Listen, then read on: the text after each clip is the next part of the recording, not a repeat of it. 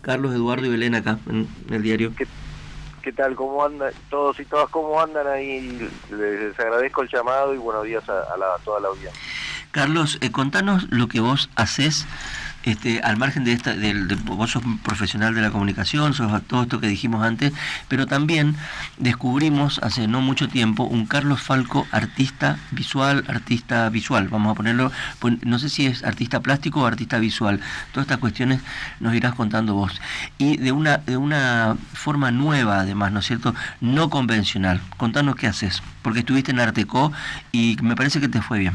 Dale. Sí, bueno, mira, lo decís bien, en realidad soy artista visual, hago un tipo de arte que es una categoría relativamente nueva para quienes andan por las plataformas que comercializan obras de arte. Es una categoría que ya empieza a aparecer prefigurada, y se trata de digamos, entender como los viejos collages, pero hechos 100% digamos, en el mundo digital, es decir, en una computadora o en un dispositivo electrónico.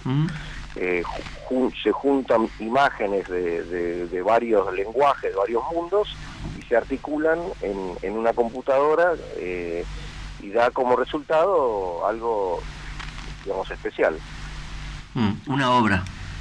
Exactamente. Es una obra que tiene sus características propias. Por ejemplo, es absolutamente digital, con lo cual es un documento electrónico que permite hacer varias cosas. O sea que el procedimiento aquí es que no hay objeto, en principio.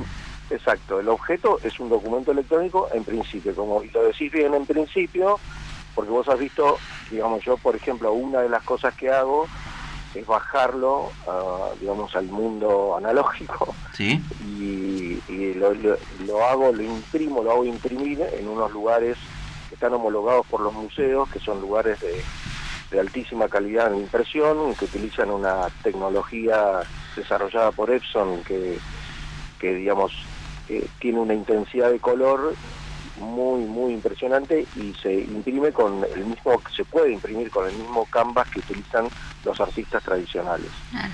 Carlos, un nivel de precisión tan exacta que a simple vista yo empecé a ver acá algunas fotos y parecían pinturas, ¿no? O sea, parece absolutamente como algo analógico.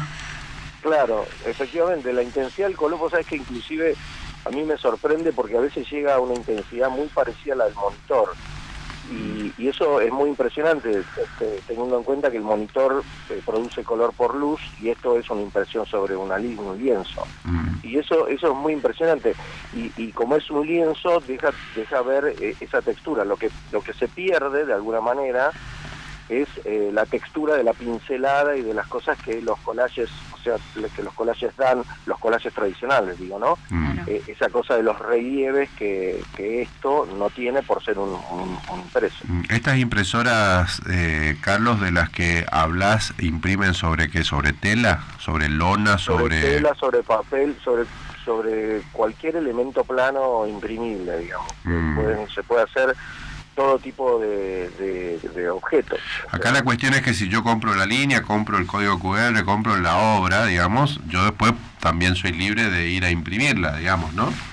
Sí, bueno, eso es por eso.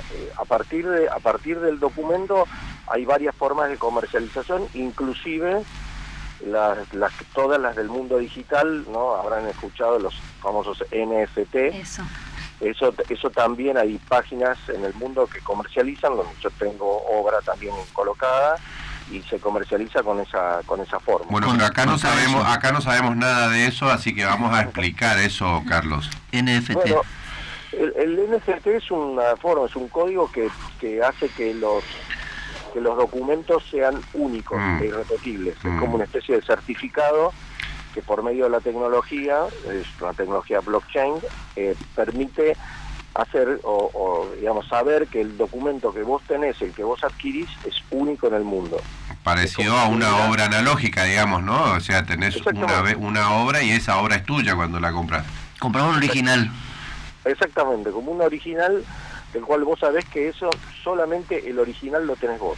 Carlos, ¿y cómo es el consumo de esto? Estamos hablando acá un poco de las posibilidades, pero el consumo real, ¿cómo es? Bueno, el consumo el consumo se divide en dos partes, ¿no? Un poco lo que pasa en la Argentina y lo que pasa en otras economías. En la Argentina sabemos, ahí estamos atravesando una crisis, el consumo de arte, digamos, es relativo frente a otras economías donde, digamos, tengo la necesidad de elegir un tema, ¿no? Porque si no eligiera un tema sería tan vasto todo que no podría organizarme, no podría avanzar. Entonces, la selección del tema para mí es muy importante, porque todos los elementos que busco en el mundo digital, y es así, los busco, no es que vienen, sino que los voy a buscar, tienen que ver con el tema que elijo. Y los temas que elijo generalmente son temas muy universales. La luna, las ciudades, el árbol de la vida, o sea, son temas muy, muy conocidos y muy universales, y lo hago así especialmente porque entiendo que eso genera una relación con la gente más fuerte y más rápida y más clara que cualquier tema que a mí se me pueda ocurrir, digamos, más arbitrariamente, ¿no? La luna fue una obra central ahí en lo que pusiste acá. ¿Por qué? Bueno, la verdad es que eso es un poco lo que te estaba diciendo antes. El porqué un poco lo da la gente, ¿no? Ese collage yo lo hice un poco en homenaje a Luis Alberto Spinetta y a una de sus canciones, para mí una de las más lindas, que se llama Luna de Abril. Y un poco, como te decía, buscando un tema, esa canción me inspiró y fui buscando elementos que le dieran forma al collage. Después, la repercusión que tiene en la gente es lo que a mí me hace que yo, por ejemplo, los baje de un tamaño o de otro. En este caso fui a uno de los tamaños máximos que se puede hacer, que es 1 metro por 1 metro, porque eso es lo que admite la impresora.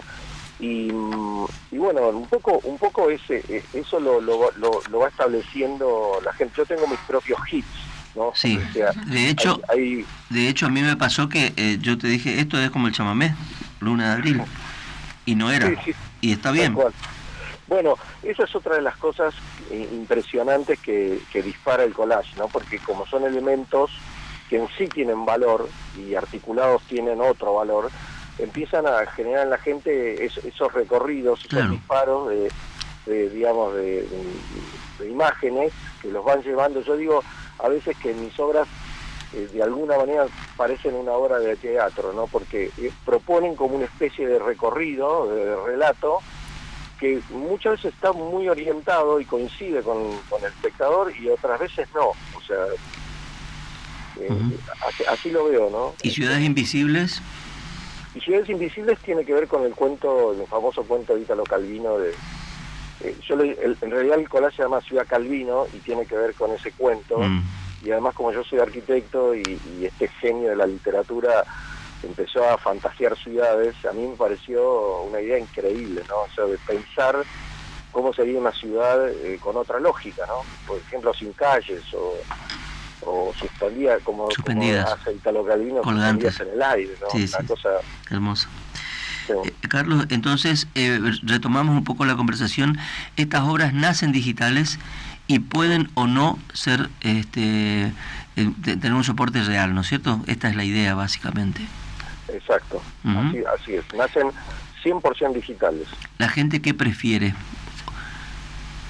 Y la gente, depende mucho, digamos, el público, ¿no? Yo he vendido obra digital y he vendido obra así física. Sí. Y te diría que la primera lectura tiene que ver mucho con la edad. Eso iba a decir, es generacional, imagino. Claro, sí, absolutamente. La gente que me ha comprado digital es gente joven que después le dan distintos usos, a veces termina como fondo de pantalla. O sea, hay una taza. El mundo digital abre otras aplicaciones y otras formas de consumo y otras experiencias, ¿no? Sí, es asombroso, ¿no? Porque pero me imagino un coleccionista de este tipo de obras y que tenga un televisor pasando estas imágenes, como viste que suele haber esos portarretratos girando, ¿no? Bueno, yo te iba a decir justamente eso. Hoy llegamos a esos niveles, ¿no? Hay portarretratos electrónicos. O sea, claro. Si uno se mete en el mundo digital, es digamos, es vastísimo, es enorme, o sea, la cantidad de aplicaciones, y además hay una comercialización en sí de las obras de arte digitales que circulan por internet y se comercializan de unos a otros pasándose como nosotros lo conocemos en el mundo, digamos, más tradicional, en el mercado de arte tradicional.